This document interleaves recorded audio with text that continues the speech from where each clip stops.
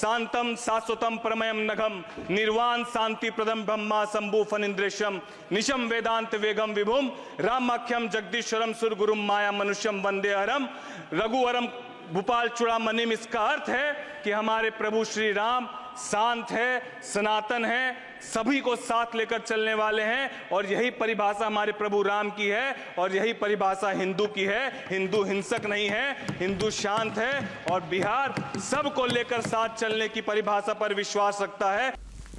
नमस्कार, आप देख रहे हैं दर्श न्यूज। मैं हूं आपके साथ रितेश शर्मा। लोक जनशक्ति रामविलास पार्टी ने वित्त वर्ष 2024-25 के केंद्रीय बजट को महिलाओं, गरीबों, किसानों, दलितों और पिछड़ों को सशक्त करने वाला बजट करार देते हुए मंगलवार को कहा है कि बिहार के लिए आवंटित राशि से यह सुनिश्चित हो पाएगा कि राज्य में ही उद्योग धंधे और रोजगार के नए साधन बढ़ेंगे और बिहार वासियों को पलायन के दंश से मुक्ति मिलेगी। बिहार वासियों का पलायन रुकेगा। लोजपा रामविलास के सांसद राजेश वर्मा ने लोकसभा में केंद्रीय बजट पर आगे की चर्चा में हिस्सा लेते हुए कहा है कि बिहार से पहले न केवल रोजगार की खोज में युवाओं का पलायन होता था, बल्कि व्यापारियों एवं कारोबारियों का भी पलायन होता था। लेकिन केंद्र सरकार द्वारा बजट में विशेष प्रावधान किए जाने के कारण अब राज्य में कारोबार एवं उद्योग धंधे बढ़ेंगे तथा बिहार वासियों का पलायन रुकेगा। राजेश वर्मा ये सब बोलने के दौरान जो है संस्कृत में मंत्र भी पढ़ते हुए नजर आए। क्यों ये मंत्र पढ़ते हुए नजर आए वो भी हम आपको बताएंगे, उस पर भी हम चर्चा करेंगे। लेकिन सबसे पहले आपको बता दें कि राजेश वर्मा ने कहा है कि इस बजट में किए गए बजटीय प्रावधानों के माध्यम से महिलाओं, गरीबों, किसानों, दलितों और पिछड़ों को सशक्त करने का प्रयास किया जा रहा है। उन्होंने कहा है कि बिहार को दिए गए विशेष पैकेज का विरोध करने वाले विपक्षी सांसदों में विभिन्न राज्यों के सांसदों के अलावा बिहार के भी विपक्षी सांसद मौजूद थे। उन्होंने कहा है कि इसका सीधा मतलब है कि इन विपक्षी सांसदों को बिहार और बिहार वासियों के विकास से कोई लेना देना नहीं है। खगड़िया से पार्टी के सांसद ने यह भी कहा कि बिहार को पहले श्रमिकों की आपूर्ति का जरिया माना जाता था, लेकिन प्रधानमंत्री मोदी के नेतृत्व वाली केंद्र सरकार ने बिहार के भविष्य निर्माण के लिए जो बजट का आवंटन किया है वो सराहनीय है। उन्होंने कहा कि दूसरे राज्य विकसित हों तो बिहार के लोगों को कोई दिक्कत नहीं है, और बिहार यदि विकास के पथ पर आगे बढ़ रहा है तो उससे भी किसी को कोई दिक्कत नहीं होनी चाहिए। उन्होंने हिंदुओं के हिंसक होने संबंधी और भगवान राम को लेकर नेता प्रतिपक्ष राहुल गांधी के बयान को लेकर विपक्ष पर निशाना भी साधा है। उन्होंने संस्कृत में भगवान राम की पंक्ति सुनाकर बताया है कि हिंदू हिंसक नहीं है, हमारे राम शांत हैं, बिहार सभी को लेकर चलने की परिभाषा पर विश्वास करता है। तो आप भी सुनिए क्या कुछ कह रहे हैं राजेश वर्मा। राजेश वर्मा जी।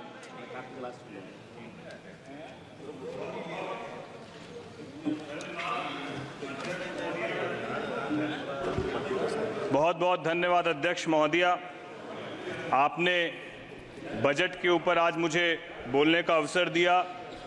मैं लोक जनशक्ति पार्टी रामविलास के तरफ से इस बजट के समर्थन पे यहाँ खड़ा हुआ हूँ। अध्यक्ष महोदया,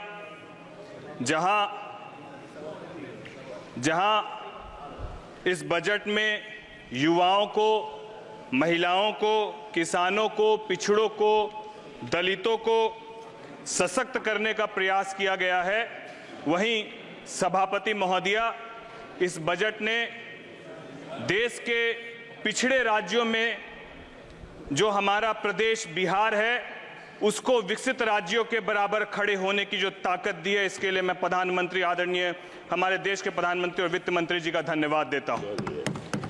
सभापति महोदया, जब बिहार को विशेष पैकेज दिया जा रहा था तो मैं इस बात को देख रहा था, जहां विपक्ष के अन्य प्रदेशों के हमारे वरिष्ठ सांसद इसका विरोध कर रहे थे, वहां मुझे इस बात को लेकर बड़ी चिंता हुई कि हमारे बिहार प्रदेश के भी विपक्ष के सांसद इसका विरोध क्यों कर रहे थे।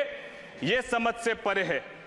सभापति महोदया, ये वही बिहार है जिस बिहार को देश भर में लोग केवल मजदूर सप्लाई के रूप में देखते हैं, और जब आज इस बिहार की परिभाषा बदल रही है, जब आज ये बिहार देश भर में अपनी एक अलग पहचान बनाने की उड़ान को लेकर आगे बढ़ रहा है, और इस उड़ान को पंख देने का काम हमारे देश के प्रधानमंत्री और वित्त मंत्री कर रहे हैं, तो किस तरीके से विपक्ष के प्रदेश के हमारे विपक्ष के सांसद महोदय इसका विरोध कर रहे हैं, यह स्पष्ट करता है कि इनको बिहार से और बिहारियों से कोई लगाव नहीं है। इनको मतलब केवल और केवल राजनीति करने से है। इसीलिए ये बिहार के वो मिले हुए इस पैकेज का विरोध कर रहे हैं। सभापति महोदया, मैं आपके माध्यम से कहना चाहता हूं कि जिस तरीके से इस बजट में 2024-25 के लिए केंद्र सरकार के विभिन्न मंत्रालयों विभागों द्वारा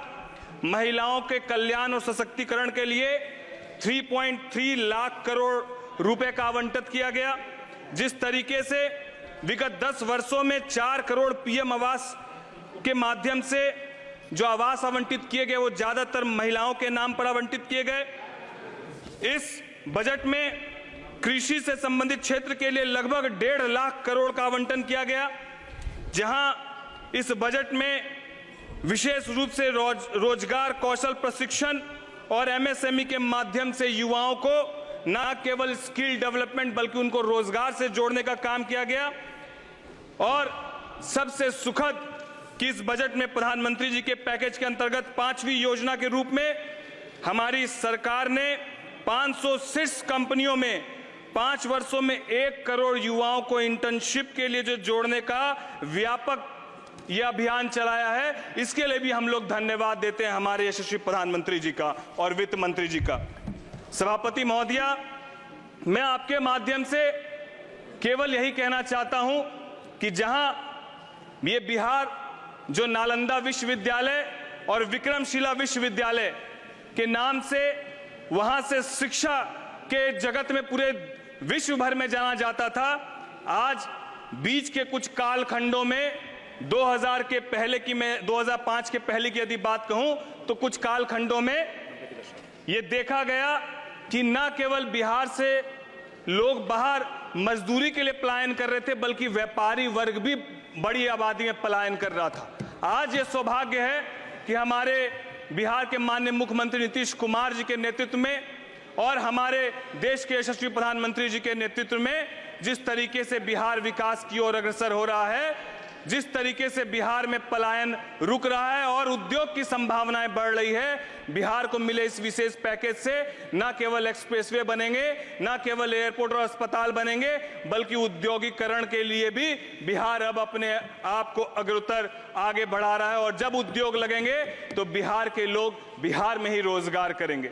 मैं साथ ही साथ सभापति महोदय आपके माध्यम से कहना चाहता हूं, विपक्ष के हमारे बहुत सारे साथी बार बार एक शब्द का इस्तेमाल कर रहे थे और वो शब्द हिंदुओं को हिंसक कहने की बात हो, चाहे वो प्रभु राम के बारे में कहने की बात हो। मैं सभापति महोदया, मैं बिहार से आता हूं, मां सीता की धरती से आता हूं और हम लोग प्रभु राम पर, पुरुषोत्तम प्रभु राम के दिए हुए बताए गए मार्गदर्शों पर चलने वाले हम लोग हैं। और मैं बता देना चाहता हूं, जो हिंदुओं को हिंसक कहते हैं, अगर आपको हिंदू और राम की परिभाषा जाननी है तो मैं सिर्फ 4 पंक्ति से आपको परिभाषा बताना चाहता हूं। शांतम शाश्वतम परमयम नघम निर्वाण शांति प्रदम ब्रह्मा शंभु फनिंद्रेशम निशम वेदांत वेगम विभुम रामाख्यम जगदीश्वरम सुरगुरुम माया मनुष्यम वंदे हरम रघुवरम भूपाल चूड़ामणिम। इसका अर्थ है कि हमारे प्रभु श्री राम